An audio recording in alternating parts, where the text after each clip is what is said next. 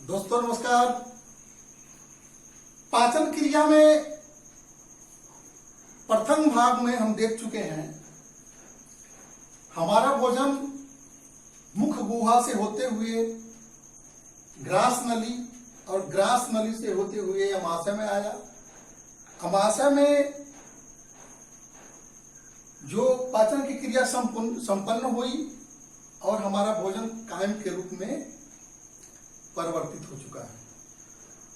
कायम हमारे छोटी आंत में आ गया है। तो आइए आज हम छोटी आंत के बारे में पढ़ेंगे। छोटी आंत को 3 भागों में बांटा गया है और संपूर्ण छोटी आंत 6 से 7 मीटर लंबी होती है, लगभग 2.5 सेंटीमीटर उसकी मोटाई होती है। इसको 3 भागों में डुओडिनम, जेजुनम और इलियम 3 भागों में बांटा गया है। तो आइए एक एक करके हम प्रत्येक के कार्य को देखते हैं। आंत का सबसे ऊपर वाला भाग डुओडिनम जो कहलाता है, उसकी लंबाई लगभग 25 सेंटीमीटर होती है और ये यू आकार का होता है। हिंदी में इसको संग्रहणी या पक्वाशय भी बोलते हैं।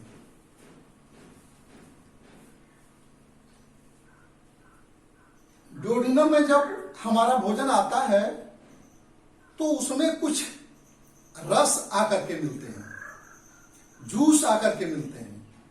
और वो जूस कहां से आते हैं, तो आइए उसके बारे में थोड़ा हम चर्चा करें। हमारे पेट के दाहिने साइड में एक ग्रंथि होती है जिसका नाम है लीवर या जिगर या यकृत। यह हमारे शरीर की सबसे बड़ी ग्रंथि है और इसका वजन 1.5 से 2 किलोग्राम होता है।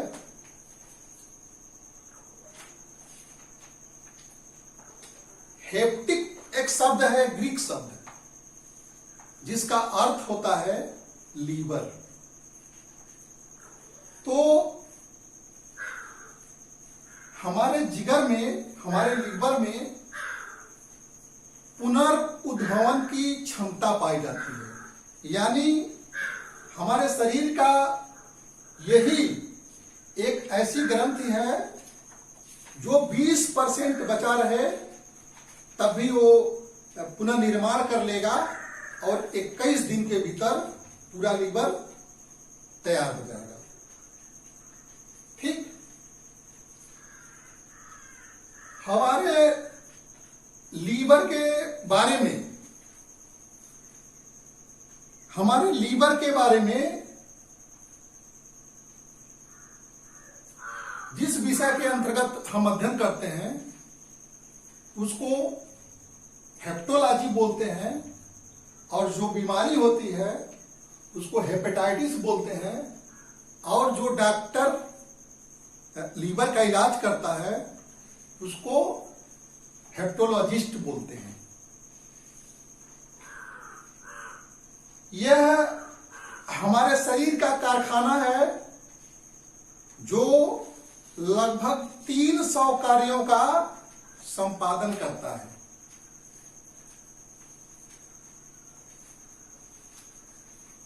और हेप्टिक डे 28 जुलाई को मनाया जाता है।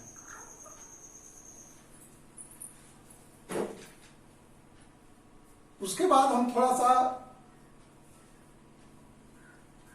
लीवर के कार्यों को देख लेते हैं।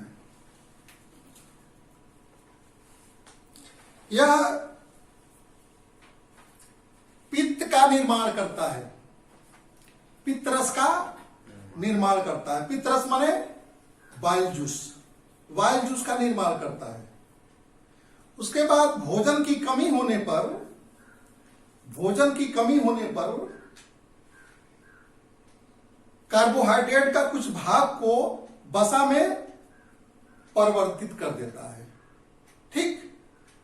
दूसरा काम क्या करता है, अमोनिया को यूरिया में परिवर्तित कर देता है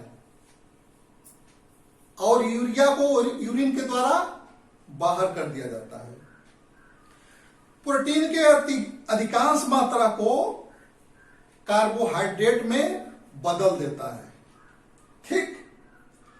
विषैले पदार्थों को अविषैले पदार्थों में बदल देता है। विटामिन ए, डी, ई, के और B12 का भंडारण करता है। ठीक। और जो हमारे उस दिन बताए थे ना कि हमारा ब्लड अंदर थक्का क्यों नहीं जमता, हिपैरिन के कारण।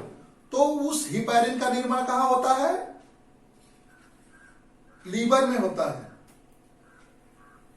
ब्लड वाले में ये भी पढ़ाए थे कि एंटीजन और एंटीबॉडी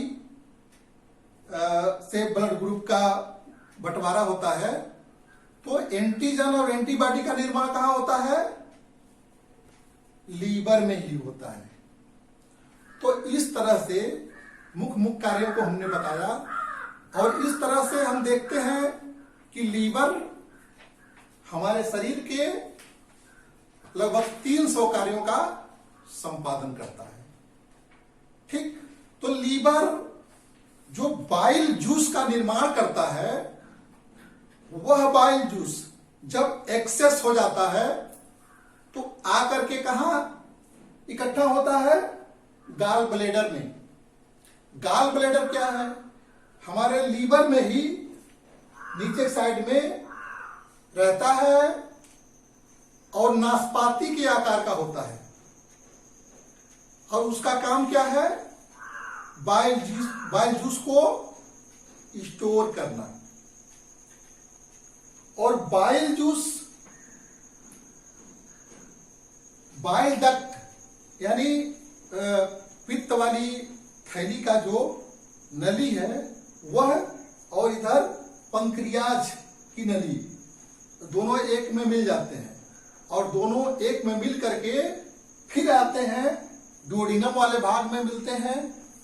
इस प्रकार से ये पंक्रियाज भी पंक्रिएटिक रस का निर्माण करते हैं और हमारे लीवर बाइल जूस का निर्माण करते हैं। तो बाइल जूस यानी पित्त रस क्षारी होता है, जिसका पीएच मान 7.8 होता है। वह जो बाइल जूस होता है पीलापन लिए हुए हरा होता है। जो पीलापन होता है वह बिलिरुबिन के कारण और वो हरा दिखता है बिलिवर्डिन के कारण। तो जो बिलिवर्डिन है वो पिगमेंट है, जो बिलिवर्डिन है वह पिगमेंट है और पिगमेंट के कारण वो हरा दिखाई देता है। ठीक। हमारा पित्त रस बाइल जूस का काम क्या है? बाइल जूस का काम है हमारे शरीर के फैट यानी लिपिड, जो भोजन हम खाते हैं उस भोजन के फैट, जो हमारे भोजन में फैट होता है उसको, फैट के चेन को तोड़ना। जो हम फैट खाते हैं वो बड़े बड़े अणुओं में होता है, उसको हमारा पित्त रस क्या करता है, तोड़ करके छोटे छोटे अणुओं में बदल देता है।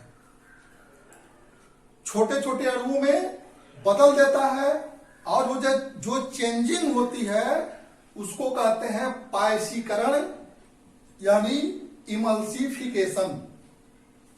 लेकिन यहां 95% फैट का पाचन होता है। ठीक। 95% फैट का पाचन होता है और किसके द्वारा होता है, इमल्सिफिकेशन के द्वारा होता है। इमल्सिफिकेशन के द्वारा होता है। ठीक हमारा जो पित्तवर्णक होता है वो हरा दिखाई देता है, कैसे? बिलिवर्डिन के कारण। ठीक हमारे वसा का पाचन किसके द्वारा होता है? बिलिरुबिन के कारण। ठीक उसके बाद अब हम देखेंगे पैंक्रियाज।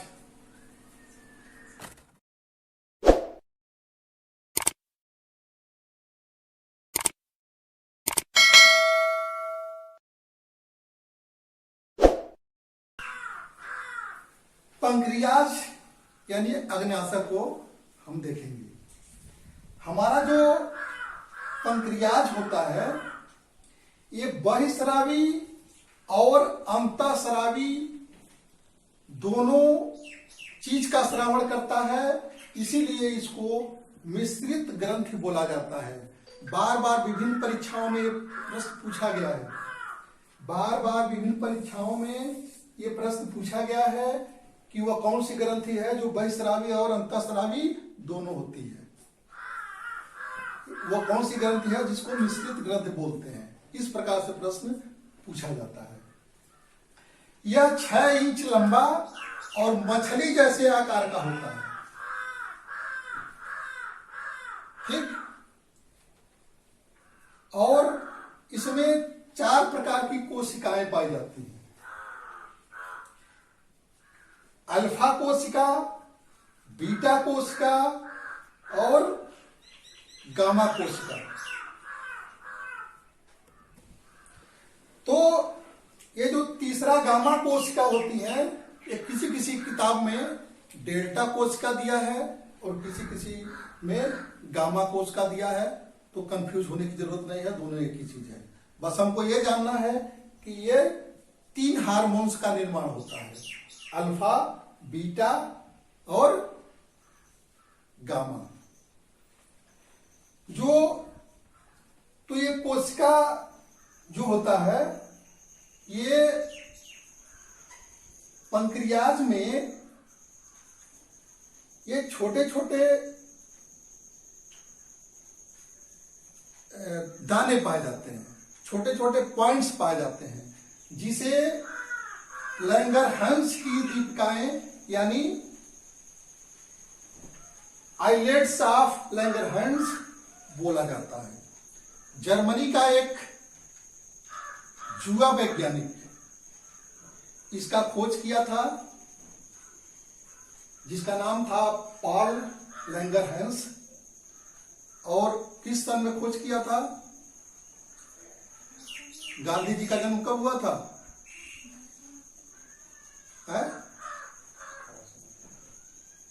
1869 में। उसी समय ये खोज किया था और इसने खोजा कि हमारे जो पैंक्रिएटिक जूस होते हैं और हमारे पैंक्रियाज में कोशिकाएं 4 कोशिकाएं पाई जाती हैं और वे 4 कोशिकाएं पैंक्रिएटिक रस में 2 चीज हार्मोन्स और एंजाइम का निर्माण करती हैं। 3 हार्मोन्स और 1 एंजाइम। तो पहला है अल्फा कोशिका। अल्फा कोशिका ग्लूकेगान का निर्माण करती है, जिसका काम है ग्लूकोज को बढ़ाना, जिसका काम है ग्लूकोज को बढ़ाना। बीटा कोशिका जो होती है वो इंसुलिन का निर्माण करती है। इसका क्या काम है? हमारे ब्लड से ग्लूकोज को घटाना।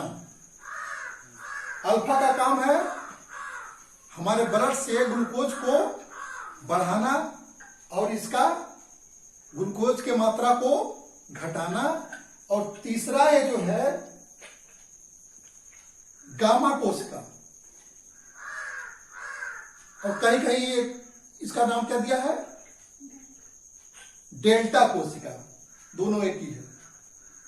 ये सोमेटोस्टेटिन नाम का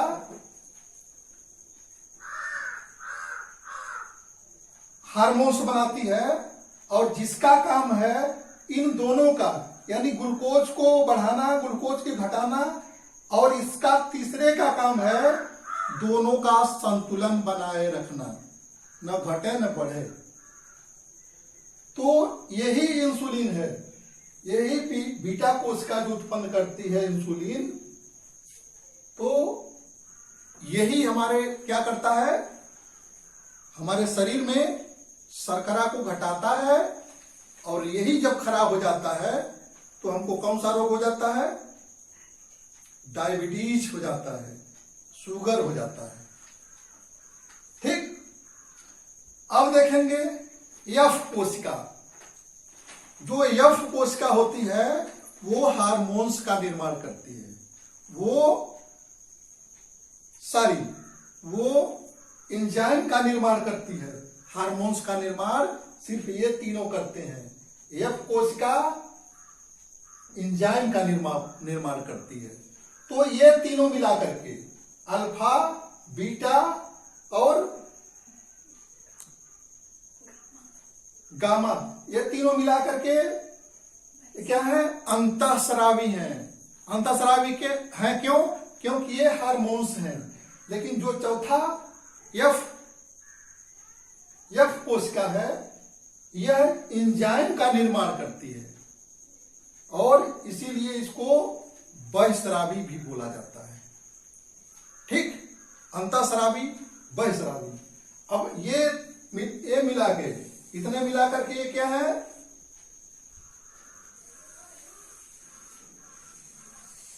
ये हार्मोन्स हैं और अंतःस्रावी हैं।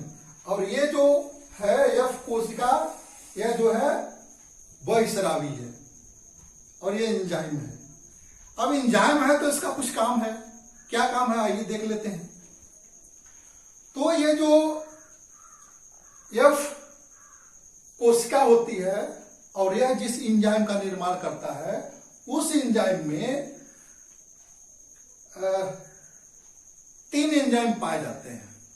कौन कौन से? एमाइलेज, ट्रिप्सिन और लाइपेज। अब तीनों के काम को हम देख लेते हैं।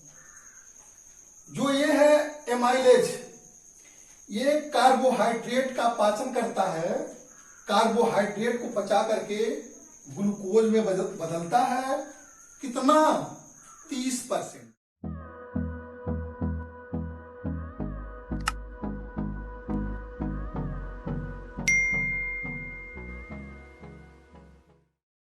तो 70% हमारे कार्बोहाइड्रेट का पाचन मुख गुहा में हो चुका है। बचा है कितना? 30%। वह 30% पाचन हमारे छोटी आंत के डोडिनम वाले भाग में होगा। कैसे होगा? पंक्रिएटिक जूस के द्वारा। और पंक्रिएटिक जूस के जो यफ कोशिकाओं में जो एंजाइम बनते हैं, उन एंजाइम में जो एमाइलेज बनते हैं, उनके द्वारा। अब 70 वो और 30 ये 100% हो गया। अब ये 100% जो कार्बोहाइड्रेट होंगे वो ग्लाइकोजन में चेंज हो जाएंगे। ठीक। अब दूसरा ट्रिप्सिन होता है। ट्रिप्सिन का काम क्या है? प्रोटीन को पचाना। ये प्रोटीन को पेप्टोन में बदलता है। तो प्रोटीन का पाचन यहां भी हुआ था। 90%, 10% जो बचा था वो यहां पच गया, 100% हो गया। अब ये 100% अमीनो अम्ल में चेंज हो जाएगा। ठीक। अब लाइपेज बच गया। तो हमारा लाइपेज का पाचन किसका पाचन करता है? फैट का। और फैट का पाचन यहां भी हुआ है। फैट का पाचन पित्त रस के द्वारा भी हुआ है, लेकिन 95% हुआ है। 5% बाकी है जो हमारा लाइपेज के द्वारा होगा। और कौन सा रस है? अग्न्याशयी रस में जो एंजाइम पाए जाते हैं, उस एंजाइम जो लाइपेज पाए जाते हैं, तो 5% उसके द्वारा और 95% ये 100% ये भी हो गया।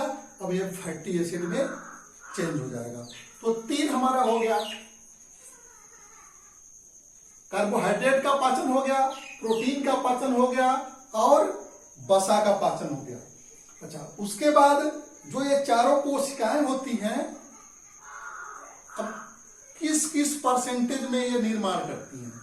जो ये 3 होती हैं, हार्मोन्स का और यह कोशिकाएं एंजाइम का, तो इनका अनुपात होता है ये ग्लूकेगान 5%, इंसुलिन 90%, सोमेटोस्टेटिन 2.5% यानी 2.5%, और यह कोशिकाएं एंजाइम का निर्माण करती हैं, वो भी 2.5%। 100% हो गया। ठीक। अच्छा,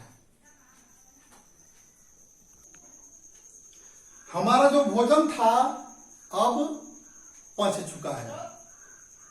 हमारा भोजन जो था अब पच चुका है, यानी पाचन की क्रिया संपन्न हो चुकी है। अब क्या होगा? अवशोषण की क्रिया होगी। हमारा काइम छोटी आंत से, अब छोटी आंत के जो पहला भाग डुओडिनम है, संग्रहणी है, उससे अब आगे बढ़ेगा और कहाँ आएगा? जेजुनम वाले भाग में, इसमें आएगा, जेजुनम वाले भाग में। जेजुनम का काम है सिर्फ भोजन को आगे ढकेलना, भोजन को आगे बढ़ाना। भोजन को आगे बढ़ा दिया। भोजन को आगे कैसे बढ़ाता है? हमारे छोटी आंत में भी ये कर्माकुंचन की गति होती है।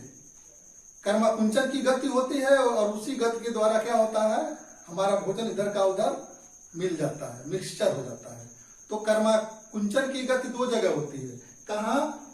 ग्रास नली में, ओसोफेगस में, और छोटी आंत में। ठीक।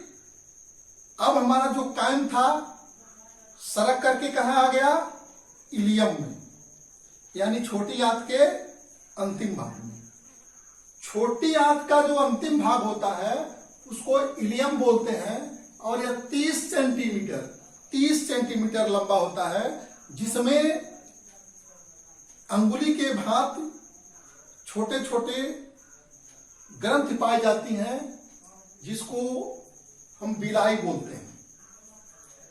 और उस बिलाई के उपस्थिति के कारण हमारे जो आंत का अवशोषण होता है उसका सतह बढ़ जाता है। इस प्रकार से हमारे भोजन में जो भी कार्बोहाइड्रेट किसमें बदल गया था? ग्लाइकोजन में। प्रोटीन किसमें बदल गया था? अमीनो अम्ल में। वसा किसमें बदल गया था? फैटी एसिड में। अब इनका पाचन हो जाएगा, यानी उनको हमारी आंत एब्जॉर्ब कर लेगी और उसको कहां भेज देगी? ब्लड में। और उसमें अब आंत में हमारे क्या बच गया? काइम और पानी। वह अब काइम सरक के कहां आएगा? इलियम भेजेगा बड़ी आंत में। तो छोटी आंत का अंतिम वाला जो भाग होता है, छोटी आंत का जो अंतिम भाग होता है और बड़ी आंत से जाके मिला होता है, वहां एक छोटी सी नली होती है जिसको हम सीकम बोलते हैं। और उसी सीकम में एक हमारे अंगुली की तरह ऐसे लटका रहता है, जिसको हम क्या बोलते हैं? अपेंडिक्स बोलते हैं। इसी अपेंडिक्स में सूजन हो जाता है तो लोग कहते हैं अपेंडिक्स का ऑपरेशन करवाना है। हालांकि हमारे शरीर में इसका कोई काम नहीं है। इसका काम था, कब था? इसका काम था, कब था? जब हम लोग बंदर थे, घास फूस खाते थे। इसमें अपेंडिक्स में एक एंजाइम का निर्माण करता है जो घास फूस को पचा डालता है। तो हम लोग तो घास फूस खाते नहीं हैं, इसलिए इसकी जरूरत नहीं है। लेकिन यह जो अपेंडिक्स है, यह वेस्टिजियल ऑर्गन्स के रूप में, वेस्टिजियल ऑर्गन्स के रूप में हमारे शरीर में मौजूद है। हमारे शरीर में वेस्टिजियल ऑर्गन्स दो हैं। पहला ये है अपेंडिक्स और दूसरा चौगणक वाले अंतिम दांत, जो बाद में 21-22 साल के, जो विजडम टूथ जिसको कहते हैं, बुद्धि का दांत, जो 21-22 साल के हम हो जाते हैं तब वो निकलता है, जिसका कोई काम ही नहीं रहता है। इसलिए उसको वेस्टिजियल टूथ बोलते हैं और इसको क्या बोलते हैं? वेस्टिजियल ऑर्गन्स बोलते हैं। ठीक। अब उस जो सिकम नाम का छोटी सी जो नली होती है, उससे भोजन होकर के बड़ी आंत में जाने के लिए तैयार जब ही होगा, जब ही वहां पहुंचेगा तभी वहां एक बाल्ब होगा, एक बाल्ब होगा। उस बाल्ब को इलियोचिकल बाल्ब बोलते हैं और उसका काम क्या है कि छोटी आंत से काइन को बड़ी आंत में जाने देना, लेकिन वापस आने न देना। ठीक, यही है, यही है इलियोचिकल बाल्ब, यही है। अब काइन जो होता है वो कहां पहुंचता है? बड़ी आंत के कोलन वाले भाग में, बड़ी आंत के कोलन वाले भाग में पहुंचता है। बड़ी आंत के कोलन वाले भाग में पहुंचता है। कोलन में क्या होता है? बड़ी आंत का सबसे भाग जो होता है, सबसे बड़ा भाग जो होता है वो कोलन का ही होता है, जिसमें ई कोलाई नाम के बैक्टीरिया रहते हैं। ई कोलाई फुल फॉर्म होता है इस्चेरिचिया कोलाई।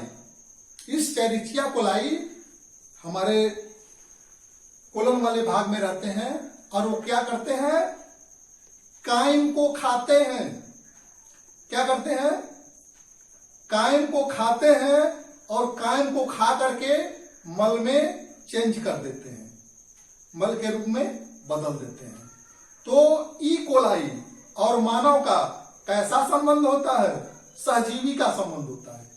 वो मल को खाते हैं लेकिन इंसान को नुकसान नहीं पहुंचाते हैं, और वो बल्कि फायदा ही पहुंचाते हैं, क्योंकि उनके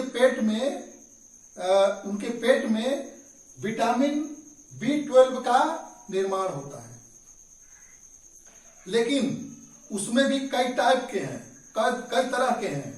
और जैसे किसी पानी को अगर जांच किया जाए, उसमें ई कोलाई की बैक्टीरिया निकल जाए, इसका मतलब यह होगा कि इस पानी में मानव मल मिला हुआ है, क्योंकि जो मानव मल होता है उसमें बहुत संख्या में ई कोलाई निकलते भी हैं।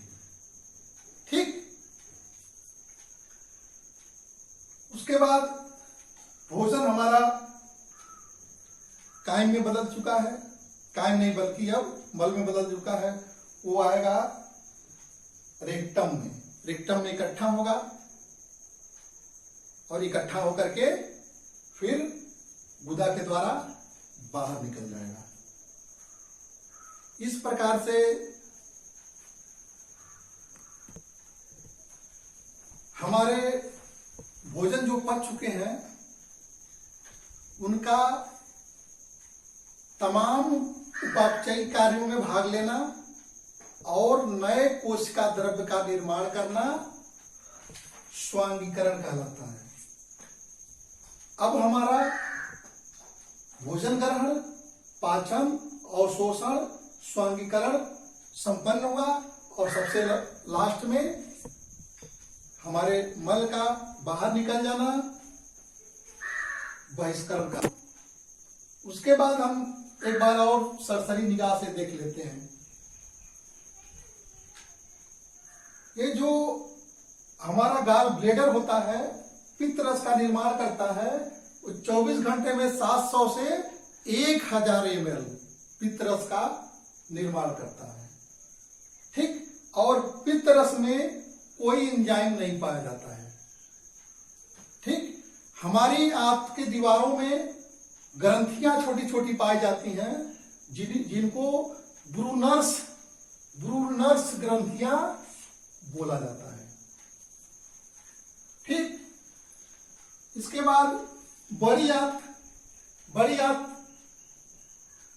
1 से 1.5 मीटर लंबा, और बड़ी आंत का एक मुख्य काम जो होता है वो होता है जल का अवशोषण। तो हमारा पाचन तंत्र का द्वितीय भाग समाप्त हुआ। आप सभी लोगों को हमारा वीडियो देखने के लिए बहुत बहुत धन्यवाद। हमारी शुभकामनाएं आप लोगों के साथ हैं। आप हमारे वीडियो को देखिए, पढ़िए और अपने प्रतियोगी परीक्षाओं में 100% रिजल्ट दीजिए।